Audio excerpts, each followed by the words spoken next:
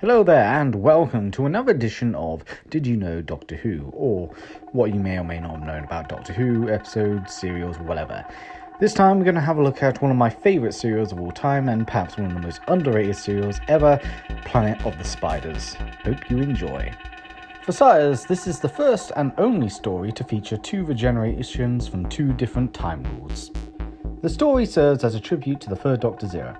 It has a James Bond-esque action with a speedboat chase similar to the Sea Devils, rather inventive machines such as the Whomobile, Bessie and a hovercraft, and most of the story is set on Earth, relating to the era's Earth-based stories. In fact, the blue crystals seen in the Green Death makes a reappearance with a heavy involvement in this particular story.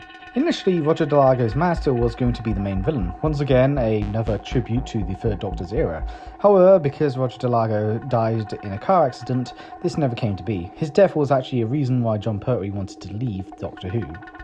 That said, Roger Delago's widow provides the voices of the Eight Legs. In a way, that means that the master, or Roger Delago, has somewhat of an impact in the story through his widow. This story is the first time the term regeneration is used on screen. The Brigadier's line, "Well, here we go again," was ad-libbed by Nicholas Courtney.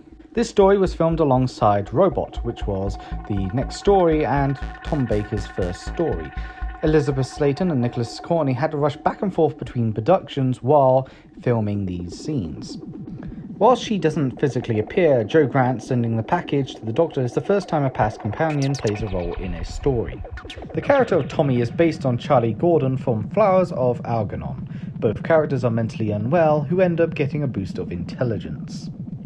The Eight Legs all use the same model. Initially there were other spider models such as a Black Widow, however these models were incomplete and unpainted. Even the Great One was to be larger and have red eyes, and was to be its own model, as opposed to a digitally enhanced smaller model that we see in the final cut.